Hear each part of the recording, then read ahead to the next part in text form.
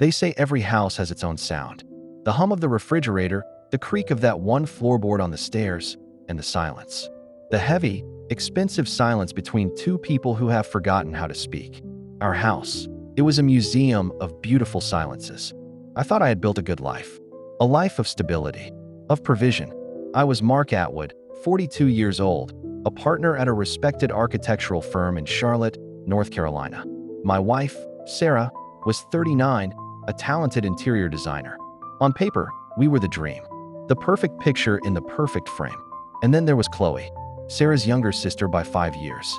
She was the spark in our quiet house, the fun aunt to our kids, the confidant to my wife, and, as it turned out, the keeper of all our secrets. My secret was one of weakness. The emotional distance in my marriage felt like a chasm. And Chloe, she made me feel seen, wanted. Our Thursday business lunches were a lie I told myself was necessary. A hunger answered. Sarah's secret was one of identity, a truth she had buried so deep, I think she almost forgot it herself. Conforming to a life that looked right from the outside, while a vital part of her was starving. Her sisterly weekends with Chloe were her only oxygen, her only truth. The facade is a fragile thing. It only takes one canceled flight, one change of plans, for the entire structure to tremble. I was supposed to be in Atlanta for 2 nights, but the client canceled. I thought, I'll surprise her. I'll come home early. Maybe we could finally talk. Maybe we could find our way back. The house was quiet, too quiet, but the light was on in our room. I remember feeling a pang of concern. Was she sick? I walked in, my bag still in my hand, and I heard it. A noise from upstairs. A laugh I didn't recognize. In that moment, walking up the stairs to my own bedroom, I had no idea I was walking toward the end of my marriage, toward the end of the life I knew. I was about to see the reflection in the glass and watch it shatter into a million pieces. There's a moment, a fraction of a second between seeing something impossible and your brain accepting it as truth. It's a void, a silence where the whole world stops spinning. In that silence, you don't think. You just exist in the horror. And then, the shattering. It was my wife, and it was her sister. My mind tried to reject it, to file it under nightmare. But the room was real. The bed was real. The look on their faces, that was the most real thing I had ever seen. Sarah, whispering, horrified, "Mark?" And something in me broke. The careful, pragmatic man I had spent decades building just vanished. And all that was left was a raw, exposed nerve. I screamed loudly, "What is this? What are you doing?" Chloe said, "Mark, please, just let us." I asked, "How long? How long has this been going on behind my back? Is this why? Is this why you've been so distant with me?" Sarah, annoyed, saying, "With you? What does he mean, with you?" I saw the question in her eyes, and in my blind, stupid hurt, I answered it for her. I unleashed the truth like a weapon, aiming to destroy them the way I was being destroyed. After all our times together, Chloe, all those Thursdays, was any of it real? Or was I just your cover story? Sarah said, "You and him? You both?" And in that moment, the third secret was born, not from silence, but from my own rage. I had wanted to hurt them, to make them feel my pain.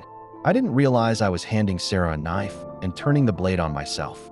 Sarah's so angry. "Get out. Both of you. Get out." The sound that followed wasn't yelling. It was the sound of 3 hearts breaking in 3 different keys. It was the sound of a family shattering. I turned. I walked out of that room, down the stairs, and out the front door. I didn't pack a bag. I just started driving. I drove for hours. There was no destination, just the road and the echo of that silence, the one that had finally spoken, and it had told us everything. After the explosion, there's the fallout, a quiet, radioactive dust that settles on everything. It poisons the memories. You look back on a birthday, a vacation, a simple Tuesday night, and you wonder, what was real? What was a lie? I moved out. The silence in that apartment was louder than any argument.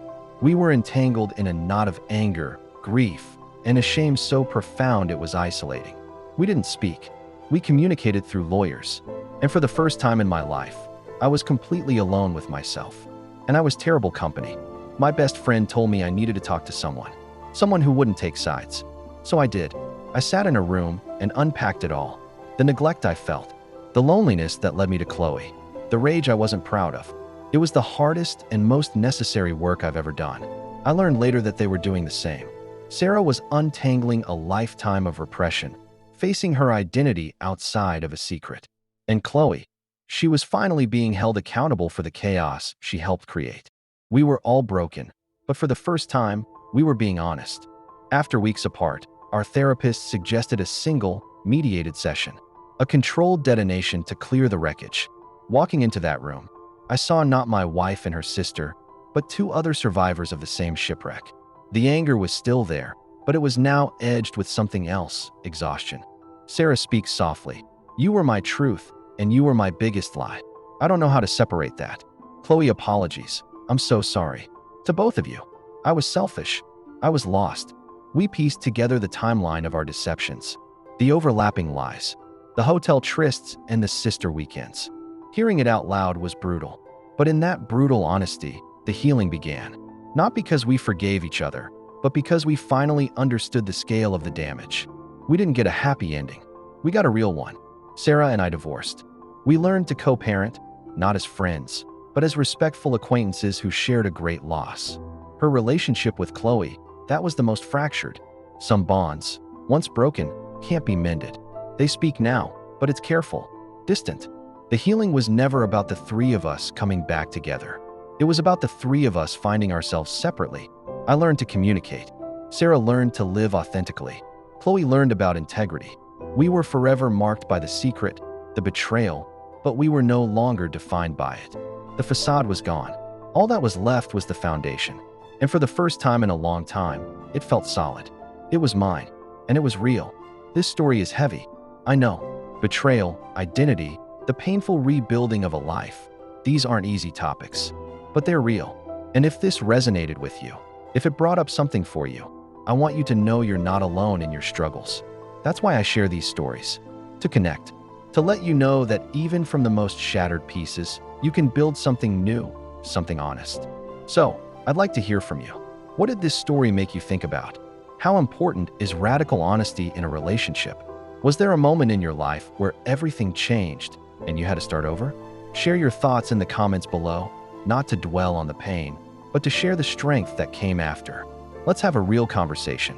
If this narrative impacted you, please give this video a like. It helps others find these stories. And if you want to join me as I explore more complex stories of life, love, and the choices that define us, be sure to subscribe and hit the notification bell. Thank you for listening, for sharing this time with me. Remember, the end of one story is just the beginning of the next. Make yours an honest one.